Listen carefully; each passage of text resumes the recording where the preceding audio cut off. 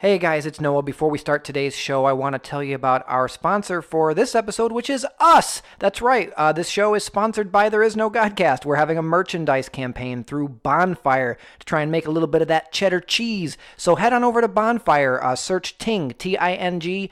We should be pretty close to the top of the search results. You'll see There Is No Godcast on these sweet shirts, hoodies, tank tops, all kinds of things. We've got men's, women's, youth sizes. We've got it all. So go on over there. They're very, very reasonably priced. We get a little cut out of every item sold, and I'd really appreciate the support. And you get to keep the shirt. You don't just have to give us money for nothing. You get a shirt or a hoodie or a tank top or whatever sounds good. So if you've never been to Bonfire, just go to bonfire.com, search for Ting in the search bar there. You should have no trouble finding us. I'm also going to be putting links on our Facebook, on our Twitter, wherever it is you can find us. You'll find the Bonfire link, and you got to get over there now. It's a limited time only campaign. They only allow us to set a finite window so that they can print everything in one big batch. I'm very confident that we're going to reach the minimum in order to have the batch get printed. We've already sold. We're only one shy of the minimum, and I haven't even started advertising this thing yet. So get in there. I think it goes until April 15th. That's how long you have to get in there and get some of the sweet, sweet merch. Hey, fun story. When I was in 6th grade, I was in a spelling bee. I was so excited about it because I'm cocky and I'm a really good speller. So I was in 6th grade, and the person who came in first place in our classroom was going to get to go to like the county-wide competition. And I was like, oh man, I got this in the bag. I'm at least going to win in my classroom. Yeah, eliminated on the very first word, and that word was bonfire. Could not remember if it had a D in it. Yeah, so it clearly doesn't still haunt me to this day. Bonfire is in fact the correct spelling of the word bonfire. So head on over to bonfire.com, find the merch campaign, buy some frickin' merch, as my co-host on my other show would say, only he wouldn't say frickin'. All right, now to the show.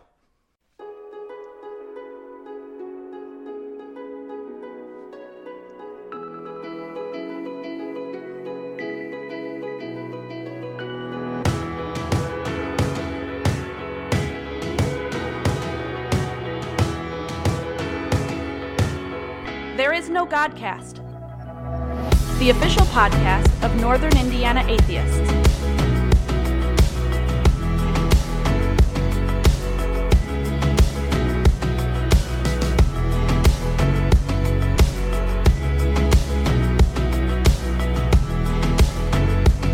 And now, here's your host, Noah Bush. What's up, all you non-believers, and welcome back to There Is No Godcast, the official podcast of Northern Indiana Atheists. I am your host, Noah Bush. We're back. There was a little bit of a delay there. Life happens, and I did 5 full episodes in a row, so that was fun. But it's also a lot of work. And I have my other show, and that was a lot of work. So yeah, it was kind of a combination of procrastination. I think I needed a little bit of a break. My life was legitimately busy, and then there was also the fact that today's guest and I had just a little bit of trouble getting our schedules in line. It was kind of a comedy of errors. But today, finally, successfully, I am proud to tell you that we are joined by a good friend of mine, Vice President of the Board of Northern Indiana Atheists, Daniel Dick. Welcome to the show. Hi, Noah. It's really good to be here. Thanks for having me on. This has been a long time coming. I mean, you and I have been talking about you coming on this show since like before the show even existed. Yeah. And then, we both have young kids and they make loud noises when they go to bed. You know how it is. And so we found a day to get this done. What is this? Like our 3rd or 4th try to actually make it happen? Yeah, oh it my is. Gosh. There was seriously the closest you and I came was that there was a night where I was like, okay, when my kids are in bed, like we'll go in and I'll start recording, and we were just about at that point, and I was like, all right, we're gonna start pretty soon, Daniel, and you were ready to go. You even said to me, you were like, well, hold on, let me finish my popsicle, because I even have a note here that I was going to ask you, how was your popsicle? Like, these are the notes I have from like a week and a half ago. And then it was great. Thank you for asking. You're welcome. It was great. Thank you. It was great. Do you remember? And they're all gone now. I ate the whole box. Yeah. You by yourself ate the whole box? I had a little help, but pretty much. No, not that night. Since a couple of weeks ago, I think that the box was eaten 95% by me. I was going to say, did you come on the show to tell your atheist story and your recovery from popsicle addiction? Like, is that? Well, see, yeah, the recovery part hasn't happened yet. The addiction's still there. I'm working on it, but taking it day by day. The first step to recovery is admitting that you have a problem, Daniel. That's right. So before we set this up tonight, I was actually eating sherbet that I got. So I'm kind of breaking myself off the habit, and that's how you like wean yourself off. Wean myself off. That's right. It's like sherbet is like the next step down. Yeah. It's kind of like what's the thing that EMTs give people when they Narcan? Narcan, yeah. Wow. So what's the next step after sherbet? Is it like Luigi's Italian ice? Is that like the next step before you like go cold turkey? Or gelato? Yeah. So anyway, so we were sitting there. You were enjoying a tasty popsicle, and I was like, all right, let's go. We're ready to go. And I had jinxed it because do you remember I told you, I was like, I haven't heard a peep from my kids in like 20 plus minutes. And then literally not like 60 seconds after that, my oldest appeared at my door, and I was just like, I was like, oh my God, Daniel. I was like, Daniel, I'm so sorry, but like my kid is still awake. And it was already like after 9 or whatever it was. And I was like, man, I'm fried. I think you were fried because you had a busy day. And we were like, let's just try this tomorrow. And then obviously that didn't wind up happening. And now here we are. Well, it's funny that you mentioned that because as soon as you told me that your oldest had, knocked on the door or whatever, my baby girl started screaming in the background. Right. She was asleep, and then she was complaining of something in her ear. Her ear was bothering her, and she's okay. She's fine. We thought maybe it was an ear infection, but she had this like intense ear thing, and so she was screaming at the top of her lungs right after you said that. So I was like, you know what? Hey, it's not going to happen tonight from either one of us. So, but we're here, right? She just needs to pray it away. She just needs to pray the ear pain away. That's how it works, right? Or drop some essential oils down in there, some peppermint and eucalyptus or whatever. Right. Yeah, and today we both kind of were like, you've got the house to yourself. I think you told me everything is quiet on your end. My kids are still up and running because I'm just like, you know what? Screw it. If you guys hear my kids running around or making noise, like I don't care. It's so tough to stay up that late to always kind of accommodate the silence of these interviews. I'm just like kind of over it. So we're just going to give this a try. I don't even care. I'm all out of you-know-whats to give. But this interview is kind of like what's the name of that Guns N' Roses album that took like 15 years, like Chinese Democracy? Am I getting that right? You're a music nerd. I think so. Yeah. Yeah, it took a long time. That was their latest one, right? Yeah, the newest one that took like literally like almost 2 decades. But not really new, but yeah. Well, yeah, I guess it's new now because they finally released it within the last couple years, but it just took forever. Or like the new Tool album that's done, but it hasn't hit our ears yet. So right, or the next Game of Thrones book, that George R.R. Martin's been taking. we could go on and on, but yeah, you're here now. So we've got some stuff to talk about today, Daniel. You're going to make history. You're going to make Ting history because you are going to be our first ever wire to wire. You're not just a guest interview. You are a guest host today because you're going to be here from beginning to end. When Molly joined the show, I think I did the first segment by myself. I talked about Mr. Livers and his, bullshit psychic powers, and that was incredible. Yes. Oh, did you like that? Yeah, I had goosebumps when I was listening to it. It was intense. Yeah. Oh my gosh, Daniel, you're making me blush. I appreciate that. Yeah. So this is gonna happen from the beginning to the end, huh? Yeah, so you're going to be the first wire-to-wire guest host. I'm excited for it.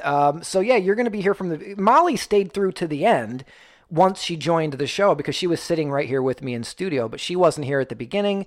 And you and I talked about this before because, we talked before we came on air about I usually ask people put some thought into what you want to say, and we're going to do Daniel's Atheist Story Time. But you had expressed some interest in hey, could I be on the other parts of the show too? And, I was like, yeah, absolutely, man. That would be awesome to have someone to kind of have a nice conversation about. And because this episode has been gestating for so long, what I had suggested to you was going to be my topic du jour. And I think I shared an article on the Facebook page. I'm sure I did. It was about Captain Marvel. Do you remember that? Yeah. Okay. Now, have you seen the movie yet? I'm assuming not, because you were pretty transparent with me about not being a huge comic book movie fan. I like this stuff. I like. I think it's cool. I just haven't had the time to be able to keep up with it. And Sure. if I go to a movie or something like that, I bring baby girl along, and she's not into that kind of stuff yet. Although I'm sure she will. She like Guardians of the Galaxy and stuff. But we haven't had a chance to see that. But I had heard some stories on NPR about it, so I have an idea of what some of the controversy and critics had to say about it a little bit. But I'm in no way near an expert or privy to everything that surrounds that Sure. movie or the. I believe it's a prequel where it's supposed to sum up all the things to bring. I guess a bunch of people got killed, right? Well, yeah, and honestly, we don't need to go off the deep end in terms of Okay. the actual canon of the MCU, but because like really, and I think I remember telling you this at the time, like frankly, you don't really need to have seen the movie to understand what the controversy is about and kind of understand the ridiculousness of the controversy, because really, Okay. what's at issue here, right? And the reason why this is ultimately relevant to this show, because a lot of people who are listening to this right now are probably thinking, like, what does Captain Marvel have to do with atheism? Well, I'm so glad you asked. I'd be happy to tell you. So Captain Marvel is female driven. Obviously, the title character is a female. It's very female centric film, and a lot of men have an issue with that. You know, they're very Okay. insecure and very uncomfortable with the idea that a strong, powerful, heroic woman could carry a superhero movie by her little own lonesome. And there was a Yeah. there was a particular article written by, and I'm trying to find it. Here it is. A Christian writer can't handle the feminist, quote, insanity in Captain Marvel. And like you can kind of fill in the blanks from there. Like the gist of the article is there's this Christian blogger, this outspoken like Christian gentleman who basically said like it's insane. Like the idea of a woman being a strong fighter and like a warrior figure is insane. That like, that it's crazy that these days, like our culture is like celebrating the abandonment of these traditional princess roles and talking about like basically what a tragedy this is. And I'm like, oh my God, seriously, go screw yourself, dude. And it's it's part of a larger issue, which is just the overarching topic of toxic masculinity within the Christian church. And I'm sure you would agree. Do you have any thoughts on that, just at a glance? Well, when you were talking about it, when you mentioned that this was a Christian person talking about how society is deteriorating because of a strong female role in a movie, one of the first things that came to my mind was Joan of Arc, or Mulan, somebody who is a female in history, hundreds of years ago, that that made an actual was an actual hero, female hero in history, and how it's not really an accumulation of society coming to a point right now where women are becoming strong and becoming heroes. They've always been heroes. It's only just now becoming, I guess, like more acceptable societally to recognize that fact. The fact that it's yeah, exactly, that it's been kind of pushed down by toxic masculinity. So what I think, if we were to look back into history, we would find that there's many strong female heroes that actually existed, that weren't just part of stories that have been ignored by our male centric society or toxic masculinity that's always happened, and it's only becoming celebrated now, but it's always existed. Right. Because you hear the expression all the time that like history is written by the winners, right? And like traditionally, Exactly.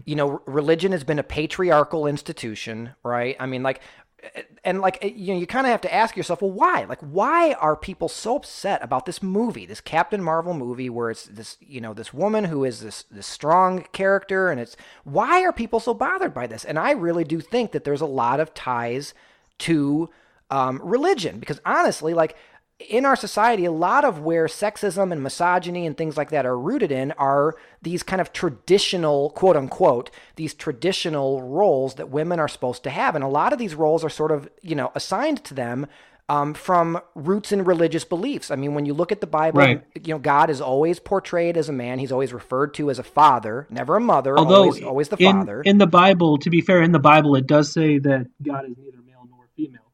But when it's used in literature or when somebody's talking about God, they always use the male pronoun.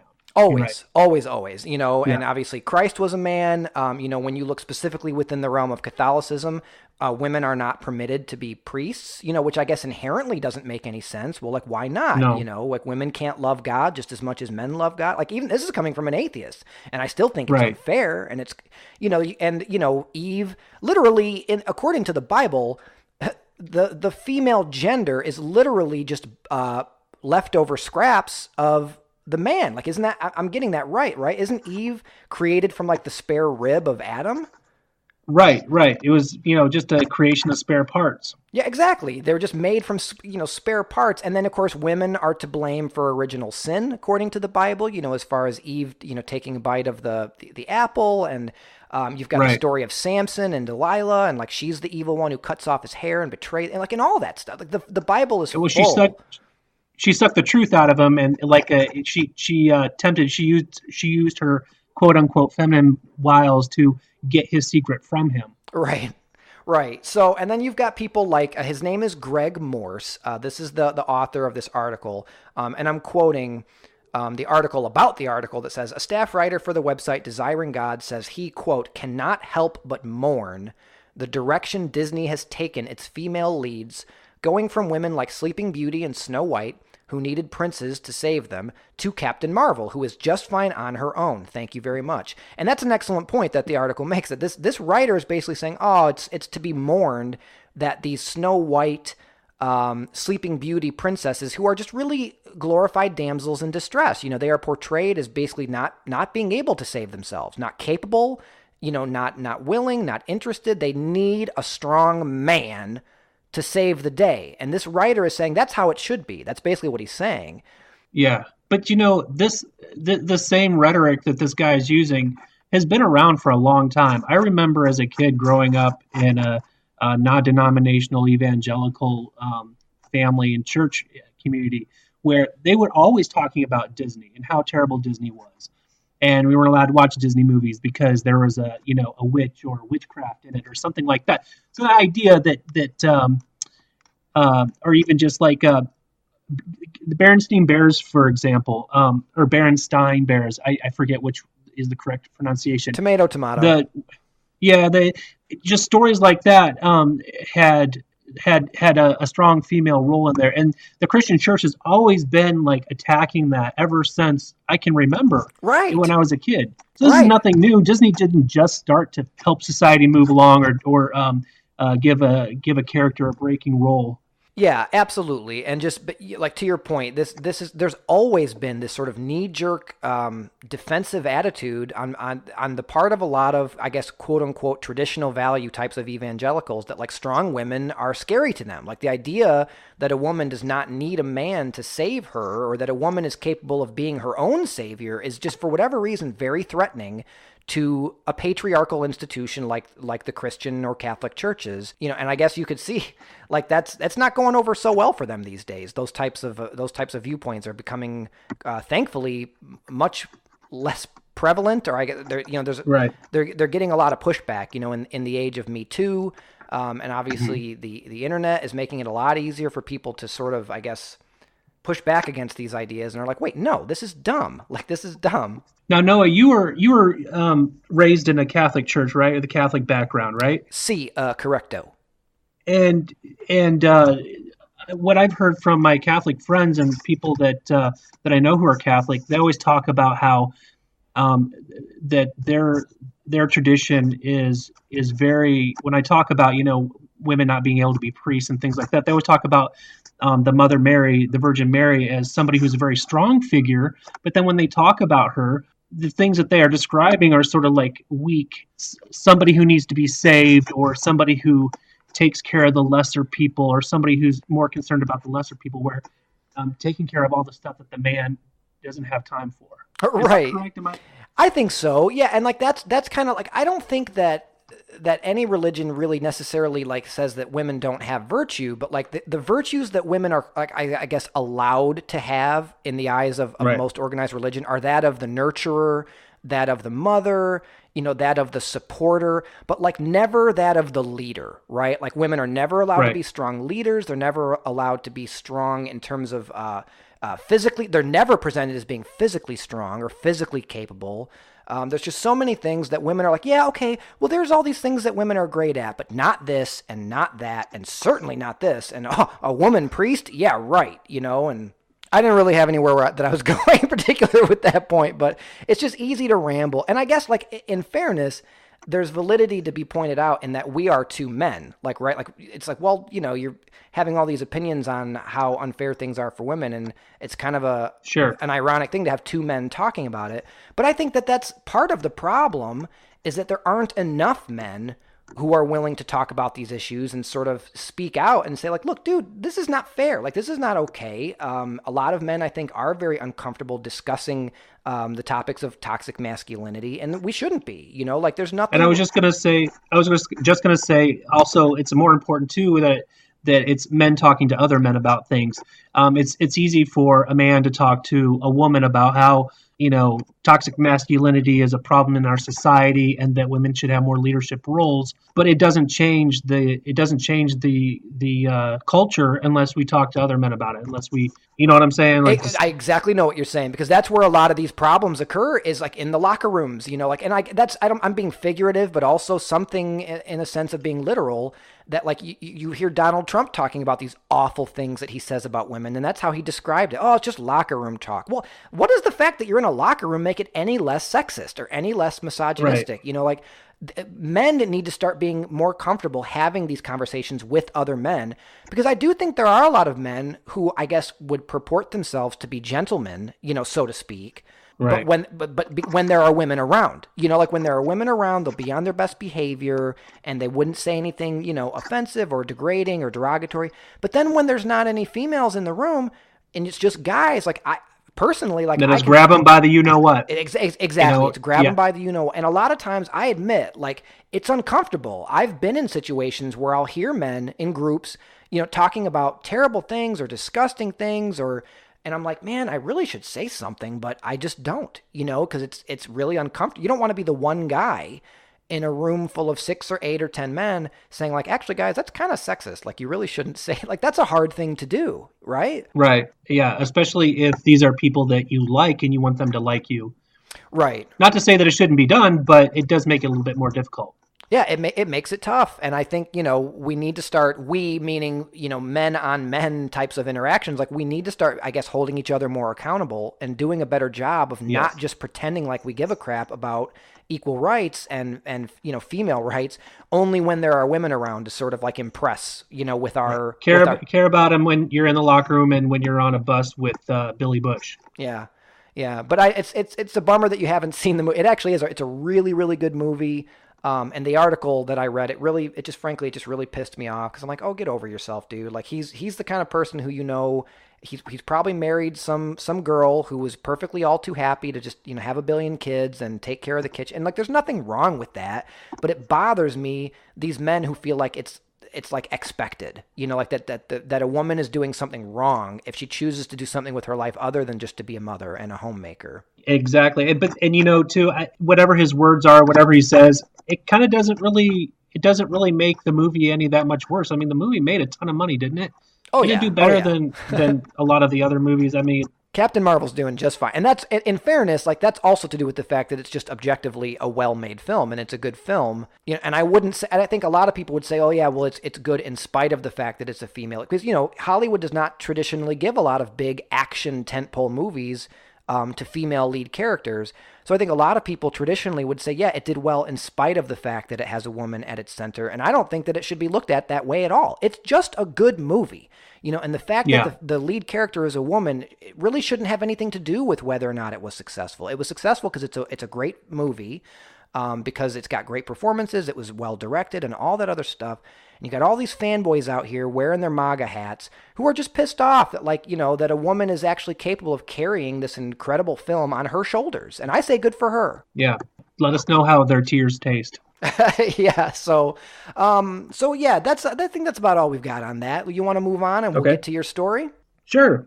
Let's do that. So Daniel is on the show. I already mentioned, I think in the last episode, I kind of set a little bit of context for his and I relationship. You and I have been friends for a while. You and I know each other from the same circle of atheist friends from the internet groups that we frequent.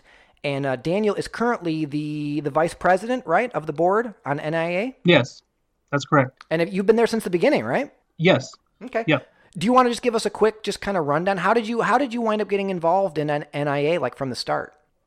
Well, I haven't always been the vice president. I came on after we had a change in guard or whatever, and we had a group get together who we just met at Callahan's one night, and we wanted to start a not-for-profit organization that was a charitable organization that helped the community, helped atheists fight for the rights of atheists, and work on church and state separation issues that were getting reported because we knew they were happening. We would always just kind of, when we would get them from people or people would share them with us, we would, kick it off to the Freedom from Religion Foundation or American Atheists and see what they did with them. And we're like, we need something in our community where people know who we are. They can come to us and know, hey, if I have an issue with my kid at school being forced to say a prayer, or they see a teacher leading a prayer with other students, that they can report that and they know where to report that. Right. And right.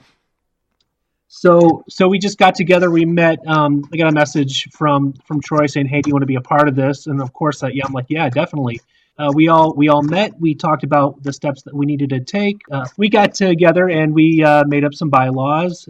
We got articles of incorporation from the state, and we got a employee identification number, and we applied to the U.S. Treasury for 501c3 status. Crossed all the T's, dotted all the I's. Dotted the I's, and then we just hit the ground running. In fact, we were doing that before we got our not-for-profit status. We were already out there at the Pride events, and we were, we had our website up, taking names for church-state violations, things like that.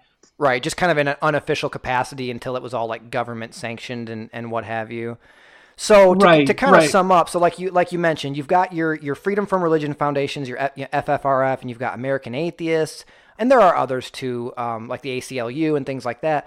There are all these like national entities that people can go to try and kind of seek help. But you guys were basically saying like, look, we need an entity like on a more local scale. Like we need something that is specific to this area. Sort of like just some place people can turn to when they're having these problems in a local sense. Because frankly, I'm sure it can be hard to get the attention of these national organizations because they're always busy fighting wildfires, atheist wildfires in a million different places across the country, right? Sure. And they would probably take on those violations. It's just that you don't really think, well, when you see something like that happening, hey, I need to alert the American Atheists about it. But if you know that you have a local community or a local organization that you see, stuff in your newsfeed all the time, or you see ads, or you see you see our logo on the street. Right. Whatever you can do to just get the name to like stick in their head. Like it's almost like a Ghostbusters thing. Like who are you going to call, right? Yeah, like, oh yeah, that's somebody that I can talk to if this ever happens. And when it does, and it has, you go straight to those people. We have people say, hey, this stuff happens all the time, I don't like it.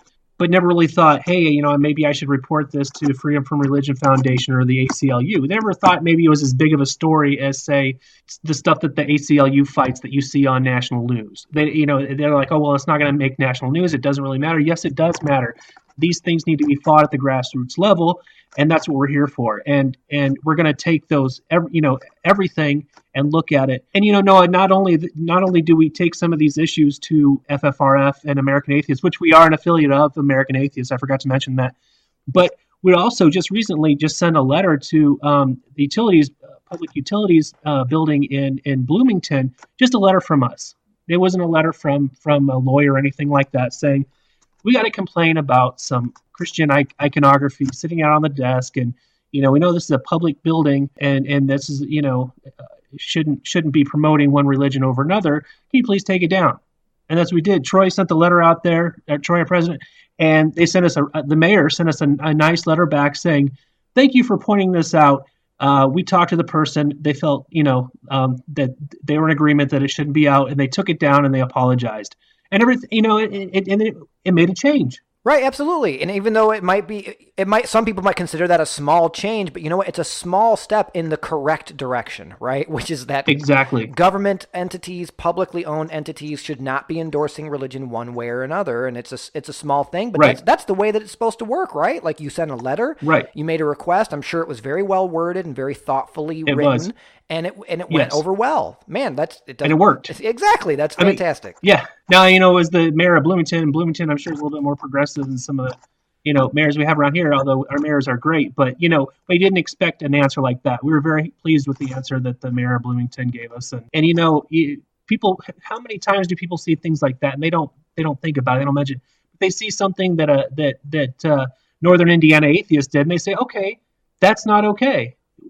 That keeps mounting up, and people see things that report it. And our hope is that it goes away, Right. and that people see that with the government entity, a government building, a government administration, those things you can't make a preference of one religion over another. Right, and most people ignore the principle of the matter because typically these violations are of a Christian nature, right? Like typically when you see these types of church-state separation Right. issues, they're Christian, but like most people aren't bothered by that because frankly most people are Christians, and that's kind of the problem. Right. Is that it doesn't make the principle any less correct. And what I always try to tell people when they argue about this type of thing, well, most people are Christians, so it doesn't bother. That's fine if we put a cross up. I was like, well, yeah, but what if it was a Quran? Like, wouldn't it bother Right. you if it were a Quran? And most people are like, well, yeah, screw that, And it's like, well, it's the same exact principle It's the same either thing. way. What's good for the goose is good for the gander. And really, if there's not a seat at the table for everybody, then there just shouldn't be a table. Certainly where government Right. is concerned. So NIA is fighting the good fight. Every day.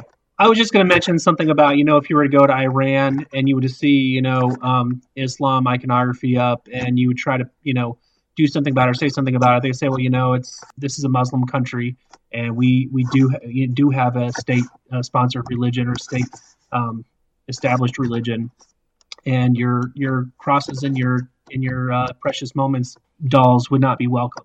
No, but it's good because it's a fair point though too, because when you look at most countries that are officially like church sponsored or church endorsed, and they are typically Middle Eastern countries that have that like official religious sponsorship, like that does not tend to work out so well. When you look, like you have a lot of people here, I think, who say we are a Christian nation, or certainly wish that we were a Christian nation in terms of like making that, I guess, sort of an official thing. But I would always be the first one to point out, like, look at those other countries where the church like officially kind of runs the show. It does not go so well, and historically it hasn't gone so well even when it was the Christian church, running the governments. Like back in Right. the day, you've got the Spanish Inquisition and all those kinds of things, and it just doesn't go well. It just historically does not work out. It's just better if we don't do it that way. That's my opinion. Right. And even here in the United States, we have had a sordid history of not treating even all Christians the same. One of my good friends is a Mormon, and we talk about church state issues all the time. And Mormons are one of the I would say Christian denominations that highly supports the separation of church and state, because at one point they were not wanted by the evangelicals or by the Protestants here in the United States. And that's kind of still the case. They're still kind of like the black sheep amongst the Christian denominations. Right, and they were afraid that the Church of Jesus Christ Latter-day Saints, the Church of Jesus Christ Latter-day Saints were coming in, and the Protestants were afraid that they were going to change their laws, and they were afraid they were going to change their laws and make them more suitable to Church of Jesus Christ Latter-day Saints. And right. So they were like, no, we're good. Like we don't need government making these kinds of decisions. We're fine. Exactly. And he told me this, and I actually was really shocked by it. I looked it up, and I found out that it was true that I believe it was in Minnesota, up until the 70s, it was legal to kill somebody who was a member of the Church of Jesus Christ Latter-day Saints without repercussions. Really? Look it up, dude. Oh, okay. I'll take your word for it. I imagine it's one of those laws that that's on the books but isn't really enforced. Or wouldn't, Right. But Well, the I mean, fact like that it existed. how long did the law stay on the book, like making it okay to murder a witch? You know, I mean, like you look at the Salem Right. witch trials and stuff like that, and that was all done in our country. Those were all legal activities at the time to execute these people based on Right. committing the crime of witchcraft Right. as found guilty, not by the laws of our country, but by the laws of the church, right? You know, and so that Exactly. was, yeah, it just historically doesn't go well when church and religion mix. And so, yeah, to your point, Freedom from Religion Foundation, American Atheists, they're fighting the good Yeah. fight on a national scale. But Northern Indiana Atheists, you guys saw a need and you guys filled it. And I'm so proud to be affiliated with NIA. I'm a member of NIA. So we kind of got that out of the way. So now, but Daniel, you personally have your own story in terms of your, I guess, kind of journey towards non-belief. And we have a big announcement that you have been excited to make, and we're going to make it on this show.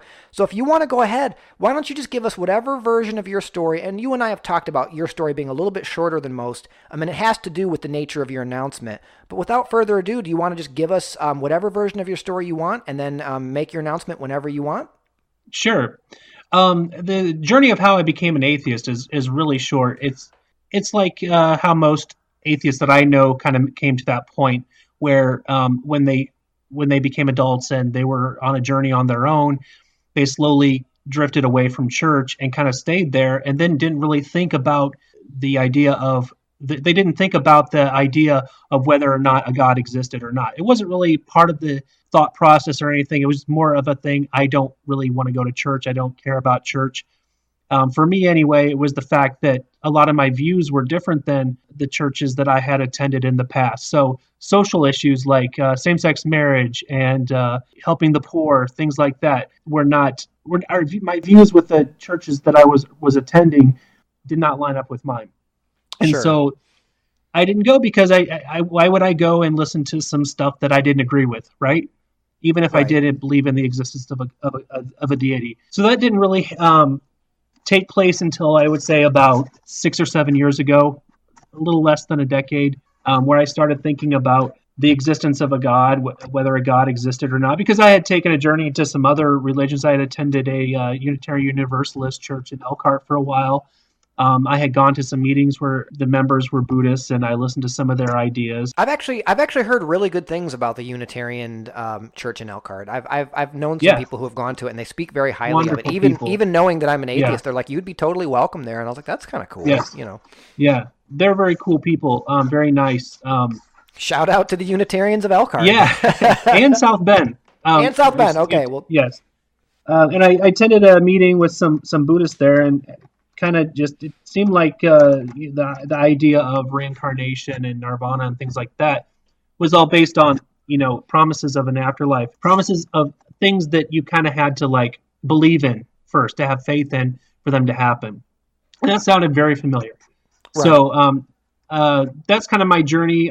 Came to a point where I decided I have to make a decision. I was agnostic for a little while, and then I came to a point where I decided I need to make a decision whether I believe in a deity or not. And so I identified as an atheist. I'm an atheist. I don't believe in the existence of a God. And when people ask me, okay, well, do you know that for sure? I had a pretty good idea that a deity didn't exist because I didn't have the evidence, right? That's what most people say. And right.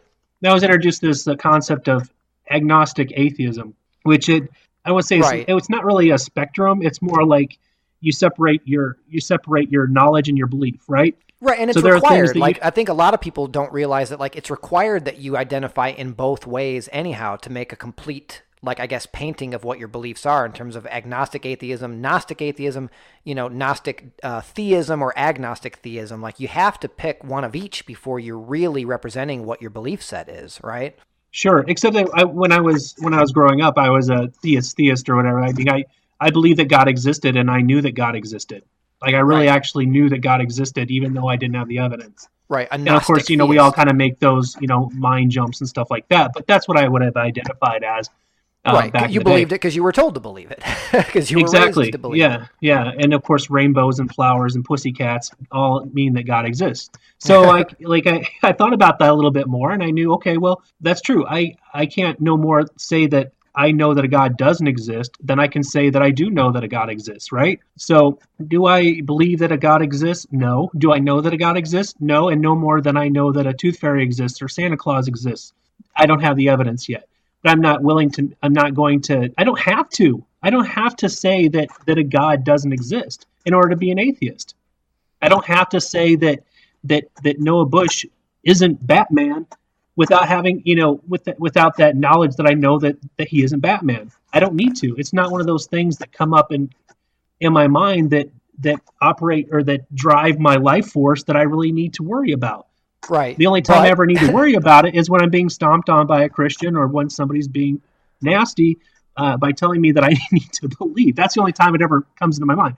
But if you were to come over to my house and you were to discover a trap door leading down to an intricate system of caves wherein I was hiding, mech suits and like Batmobiles and things like that, then you might question whether I am Batman, right? Because I would have to examine the evidence, but there would be something that could be examined. So yeah. Exactly, yeah. Because like most atheists, if anyone's willing to bring us credible or empirical evidence, we're always going to be welcome to taking a look at it. Mm-hmm. And now that you say that, I'm going to have to look into the night sky tonight, see if I can see a symbol reflected off the moon. And I mean, I'm not saying I'm not Batman, but we haven't seen you guys in the same room, so Well, you can ask Angie, a good friend of ours, and also a member of NIA. She has literally seen me dressed up as Batman before. So. Oh, were you at her birthday party? Yes, I was at her birthday party. Okay, awesome. Yeah. So that's my journey to atheism. It's not an exciting story. It's kind of boring, but I get really suspicious of the big exciting stories that people have of their leaps to like belief or non-belief or things like that. A lot of times, when I was growing up, I would hear, I was, at the rock bottom and I, everybody had abandoned me. And then I looked up and I saw the face of Jesus and he took my hand and walked me to heaven. And ever since then, I've been a Christian. I'm like, right. The conversions to religion are usually and I'll say this in all fairness, like the conversions to religion are a lot sexier, right? Like they're a lot more like attention grabbing. And you're right. Like and they sell books. Like, they're down and out, or like they're drug addicts or prostitutes. They get you followers and positions in leadership in churches. Yeah.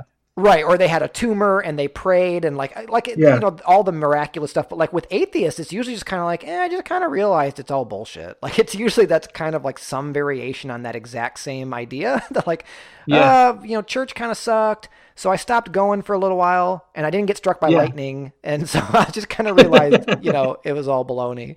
Yeah. But you did have, and I'll try and kind of segue this in because you did want to touch on it a little bit. You did have a little bit more of a less than typical story of your your upbringing, right? Was kind of where the intrigue comes into play. Sure. So it was from birth up until I was about 12 or so. My family attended Faith Assembly in North Webster, Indiana, northern Indiana, which is a faith healing cult, and it was run by Dr. Hobart Freeman, who through this most of the 70s, 80s, and part of the 60s taught faith healing, and they issued insurance healing glasses. They smashed their glasses in the hopes that have faith in God and praying and believing would heal whatever illnesses that they had. Right. And they didn't take insurance. Like I said, they smashed their glasses, and he used Bible theology. He was a theology professor at Grace Theological Biblical Seminary. And so he knew his Bible. He knew his scripture. He was really good at it. And he was I don't say he wasn't as charismatic as, say, like Benny Hinn or those people. He was like a very talkative Mike Pence, kind of stoic, but then still, able to verbalize things and get really excited and passionate about it, whereas Mike Pence looks like he's on Ambien or something. Right. So just to sum up, for anyone listening, if they were to go back and think, wait, did he just say what I think he said? Yes, he said cult. And Daniel is that's not hyperbolic. Like Daniel is being completely earnest when he says like that's the situation that he was, raised in for a while. It was legitimately like a cult, and not like in a making fun type of sense. It was an actual cult. No, and the reason that I separate cult from sect, like the Amish are a sect. A cult, we were highly discouraged from interacting with anybody who wasn't a part of our church. So we talked to family members some, but only my dad would like call my grandma and grandpa. We didn't visit, or they would, if they sent Christmas presents, we would throw them away before they even got inside the house because there might be demons in them.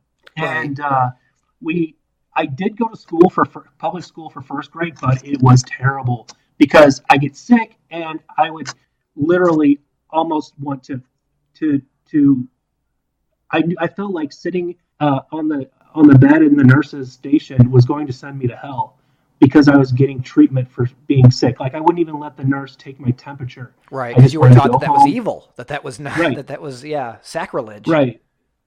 So, and then of course I couldn't make any friends there because they didn't go to my church, and so I was suspicious of everyone. I was praying for everything all the time so that the demons that might be there wouldn't enter my body and make me sick. And of course, I get sick and be like, well, probably because of the demons. And then I almost psychologically break down because I was visibly sick and throwing up, and they sent me to the nurse's office, and I didn't want to go. I just wanted to go home. Right. And so I did have friends next door who also went to our church, 2 girls, and my mom's parents went to the church as well. Other than that, I had no interactions with anybody else. We weren't able to talk or interact or do anything like that because of the fear that of demons, or that something entering our bodies and our house that could make us sick.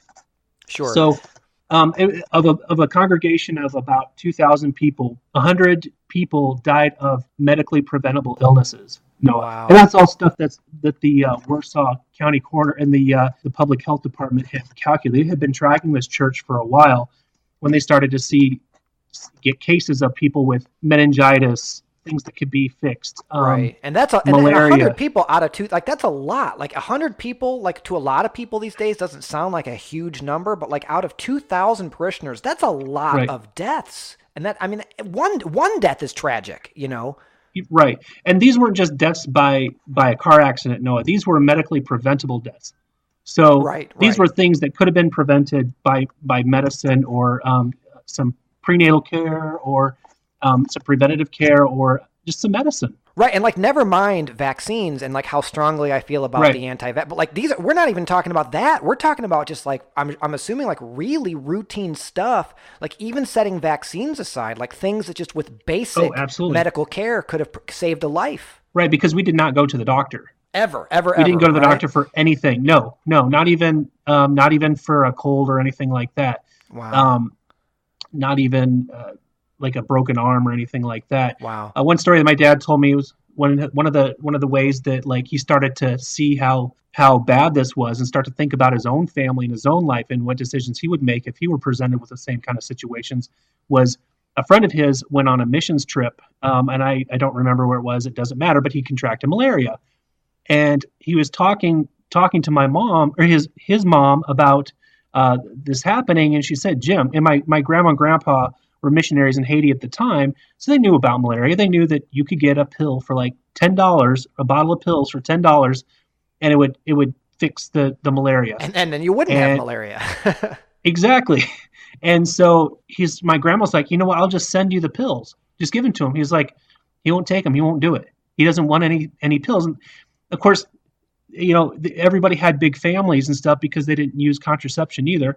And so he had, I would say, between 7 to 10 kids. He refused this cheap malaria medication and died. It left his wife and a bunch of kids without a breadwinner. And my dad's like, well, what would I do in that situation? He's like, I later decided I probably wouldn't do it. But then, this guy prayed and prayed and prayed, and it didn't work. Right, because as we all know, the power of prayer plus pills usually equals getting better. But when you just do the prayer, it doesn't typically work out so well, No, and do whatever you want to do, but as long as you're, as long as you're accepting medical help, Right, yeah, for sure. Pray, whatever. Take the pills and then pray your little heart's desire, but take the damn pills too, Exactly. And then for my mom, it was the fact that the whole idea of demons were the things so separation from God, God wants to help you. God has these promises in the Bible that he's going to take care of all of your needs and iniquities and diseases.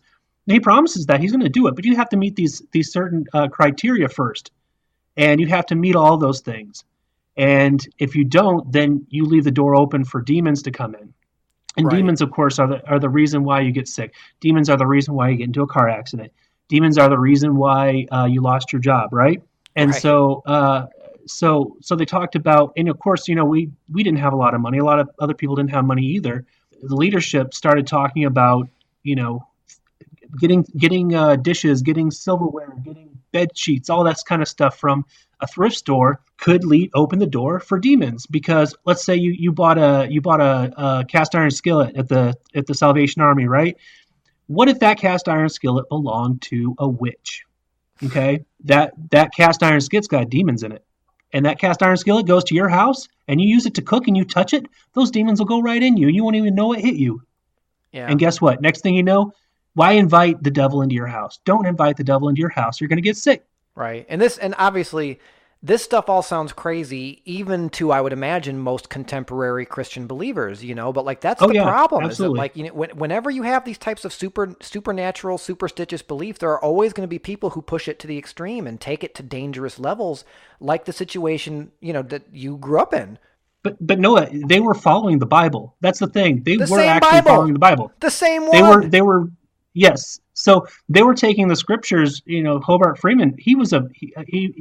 He's dead now from medically preventable illness, but he is with a small dose of irony on the side. Yeah, heart disease. Yeah. So and a sore in his leg. So yeah, he and that whole story about how he passed away is pretty incredible too. So they were faced with the prospect of getting rid of everything in their house that they had bought secondhand. How are you going to do that? You have to get rid of everything, almost everything that you use on a daily basis to take care of your basic needs. Right.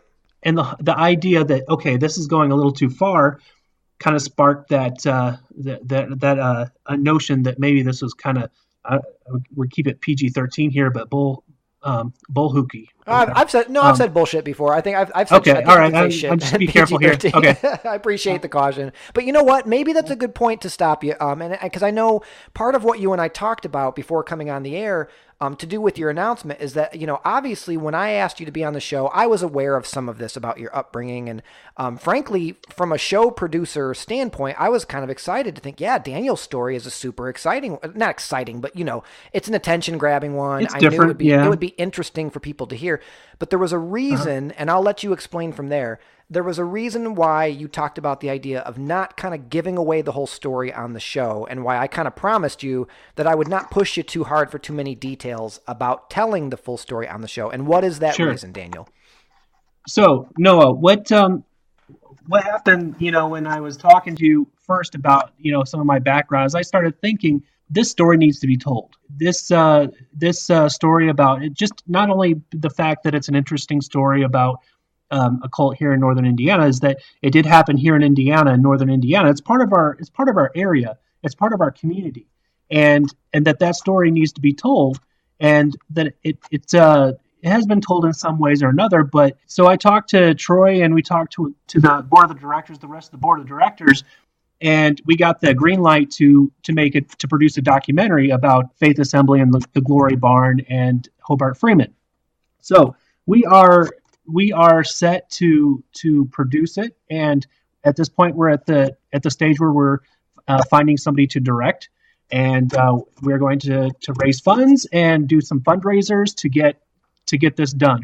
Awesome. And we're looking to have it finished hopefully within 5 years, hopefully less. So there you go. That's the big announcement. Yeah. So you heard it here first on There Is No Godcast. We're gonna have the first Northern Indiana Atheist produced documentary feature film. Yes, and it's we're planning to produce it and to make it as a feature film, not as a series or anything like that. Although I think there's enough substance for a series, but sure, and it won't be as short. But as a feature film to talk about Hobart Freeman and about the start in the Glory Barn and the move to the building in North Webster where Faith Assembly took place. That's awesome. And so, so obviously, as excited as I was to have you on the show and we talked about it, I was like, yeah, I get it. You don't want to give away the goods. You want to give people a reason to come and see the movie once it's ready. And obviously, I would be more than happy as production moves along, as development moves along, as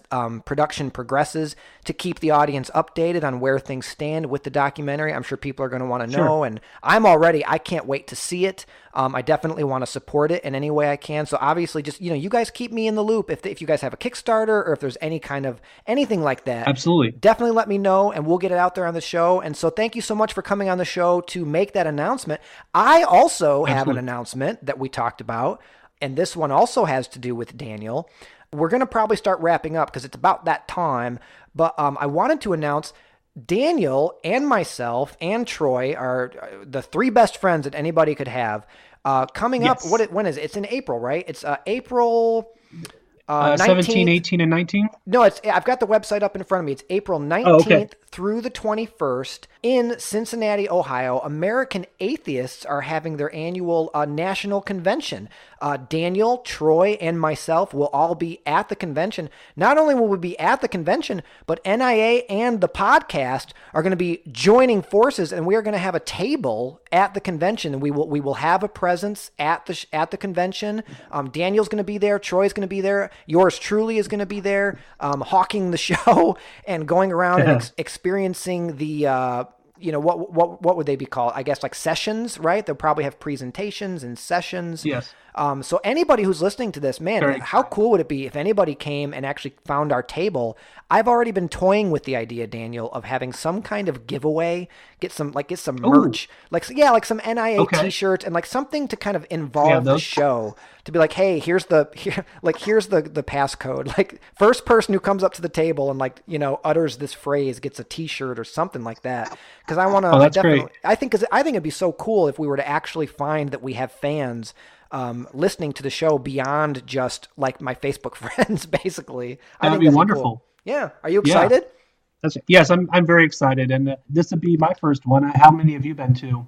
0. This will be my first. 0. So just the fact that it's going to be a first for us is really exciting. The fact that we're going to be there with the table, and that There Is No Godcast is going to be taking it up over there and talking to people. I think that's really great. I hope you get meet some cool people and come say hi to us. Yeah, come say hi. Come find us at the convention. Yes. And for the record, did you just say tinging it up? Did you just make tinging it up? That's right. Did you just make a verb out of ting the it, show? Baby. I love it. Yes, I did. Yeah. So there we you have a poetic license here, don't we? Okay. Dude, that's how you end a show strong, baby, strong. We've got the documentary, the announcement of the feature-length documentary about the Faith Assembly. We've got the American Atheist National Convention, where Ting and Northern Indiana Atheists will have a presence at the show. So, dude, this has been a good climactic finale. I don't figure we can really top this. Daniel, thank you so much for coming on and doing this. I really appreciate you doing it. I can't wait to go to the convention with you. Yes, we're gonna have a great time. Heck yeah, we're gonna stay up late. Yeah. We're gonna eat ice cream for dinner. We're gonna do anything we want. I'll bring you plenty of popsicles. Have pizza every day. I'm gonna make you fall off the wagon. All right, guys, this about does it. So don't forget to check us out on Facebook at There Is No Godcast. We're on Twitter at No Godcast. Of course, do not forget to support Northern Indiana Atheists. You can find them at northernindianaatheist.com or just Google Northern Indiana Atheists. You can find, guys, anyone listening to this show clearly freaking knows how to use the internet. If you're looking for us, you won't have much trouble finding us. I'm Noah Bush. I was joined today by my good friend, Vice President of the Board, Daniel Dick. Please join us next time. Daniel, thanks again, man. We're going to have to do this again. Thank you, Noah. And I think I'll probably plan on recording some stuff at the convention. I think that'd be really fun. And I hope so. Yeah. I hope so too. So thanks again. with a tape recorder and microphone. Yeah, for sure. Don't forget to rate and review the show if you haven't already. Please share the show. I'm just going to keep on begging and shilling until I'm happy. Until we've got 7 billion listeners, I'm going to keep begging. Join us next time. In the meantime, do not stop not believing. We'll talk to you then.